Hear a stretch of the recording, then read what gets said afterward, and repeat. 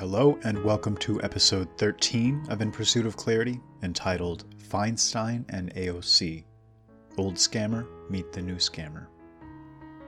So I wanted to say a few words about the incident with Dianne Feinstein and the children who paid her a visit recently. If you haven't seen it yet, I've linked it below, and you may want to give it a quick watch before you listen to this.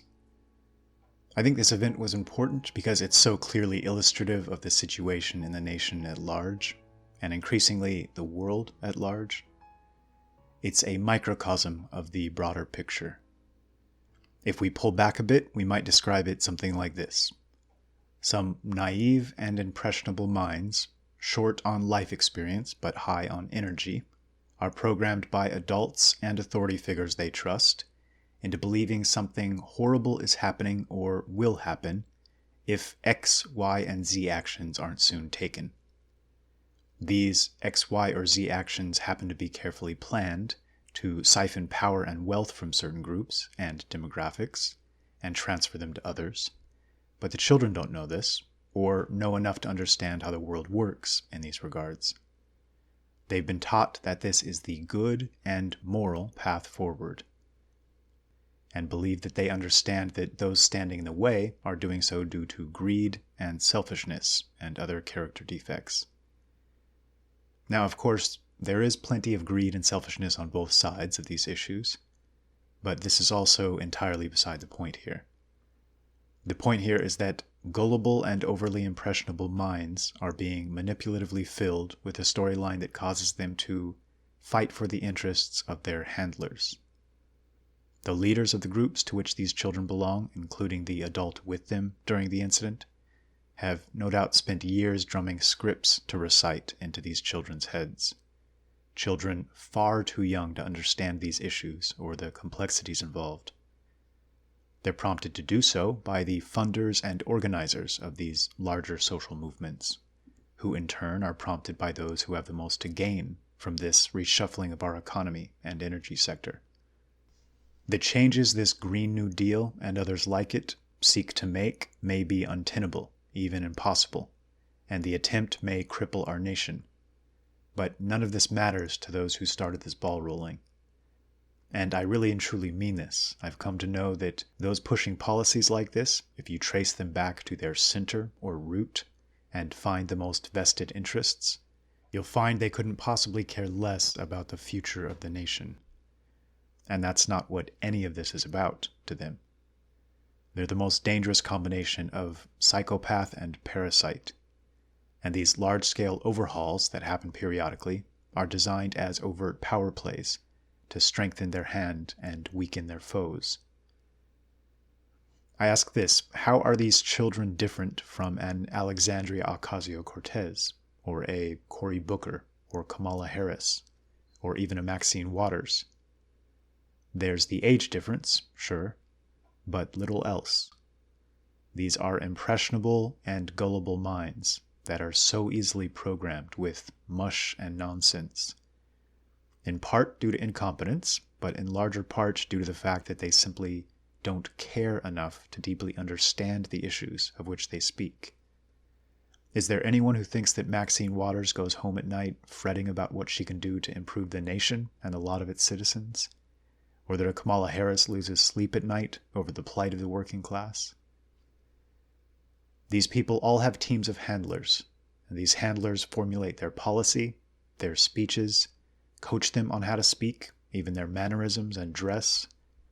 The modern politician is becoming no different than an actor or actress playing a role.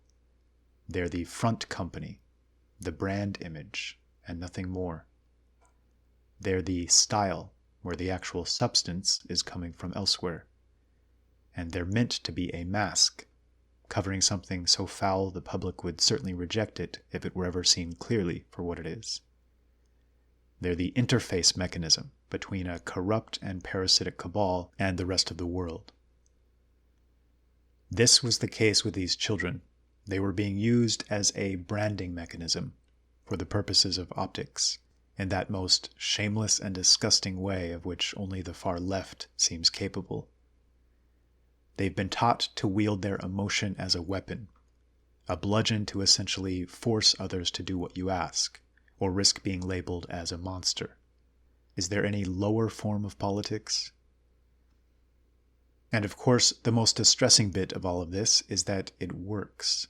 These tactics have been developed and honed into what they are today over the past several decades, with their efficacy as the end result goal, which means that mass manipulation has essentially become their art form, one which they've refined into something of a science.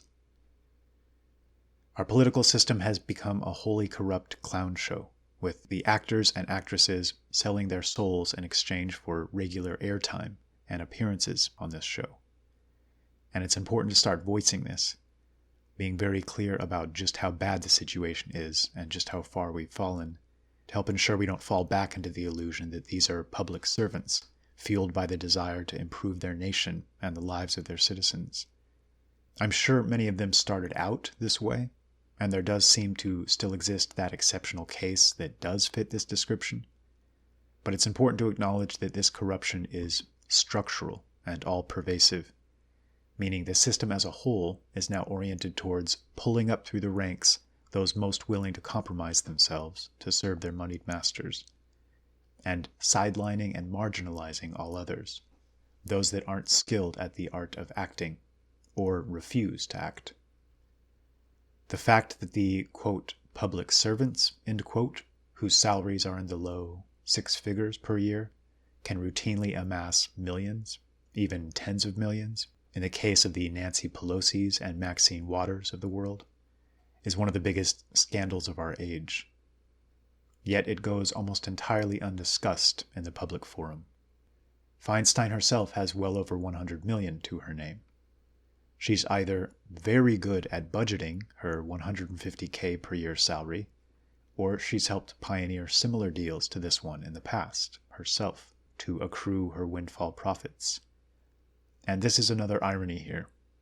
The old breed of scammers are being dethroned by the new breed, as they die off or become unmarketable and thus irrelevant, like a washed-up actress past her prime. And perhaps this is one of the real reasons behind Feinstein's lashing out. Keep in mind the philosophy and ethos of those on the other side of the fence doesn't prize loyalty or honor or just behavior in the least. They'll throw their own to the wolves in a second if it makes utilitarian sense to do so. Virtues and ethics simply don't play a role in this world. They don't exist. To these people, they're quaint relics of a bygone era. And even if they did have these impulses, they know it'd be career suicide to act on them. In summary, we've dropped our guard as a nation, and a snake slithered in. The snake knows its own visage is too ghastly to reveal, thus it's forced to seek out thousands of colorful and compelling and attractive scales to continue working its magic without being discovered. These children are these scales. AOC and friends are these scales. Actors and actresses on a stage, having little to no idea of who or what they ultimately serve, either taken in by the manipulation and deceit, or simply not caring enough to seek the truth in the first place, or more likely, some combination of the two. They become mere vessels and tools, serving a larger purpose, of which their adventures are just individual machinations. It's my opinion that the snake is not a newly born creature, but something very old. Nearly every major revolution, from the French Revolution to the attempted takeover of Germany around World War I, to the successful takeover of Russia in the same period, the goal of these moves was to unseat existing traditional leadership, to allow for new players to take the stage. World War II was the catalyst for this snake to essentially engulf the entirety of the West, to wrap itself round and begin to constrict. If there's one art these forces have mastered, it's the art of stagecraft, and a mythos was created around the war and its fallout that played upon several powerful emotional triggers, one that took advantage of our altruistic nature in the most profound and sick way. Victimhood as weapon is a concept we're only just beginning to understand, a concept so foreign to our nature that it's been difficult to believe it could be a thing. And what better way to weaponize victimhood than by exploiting children to be the face and voice of the agenda? Just as those groups that seek to disarm the law-abiding population of this nation always do, children will be placed at the forefront of these political and cultural movements, wherever and whenever possible, now and in the future. Children of all ages. Thanks for listening.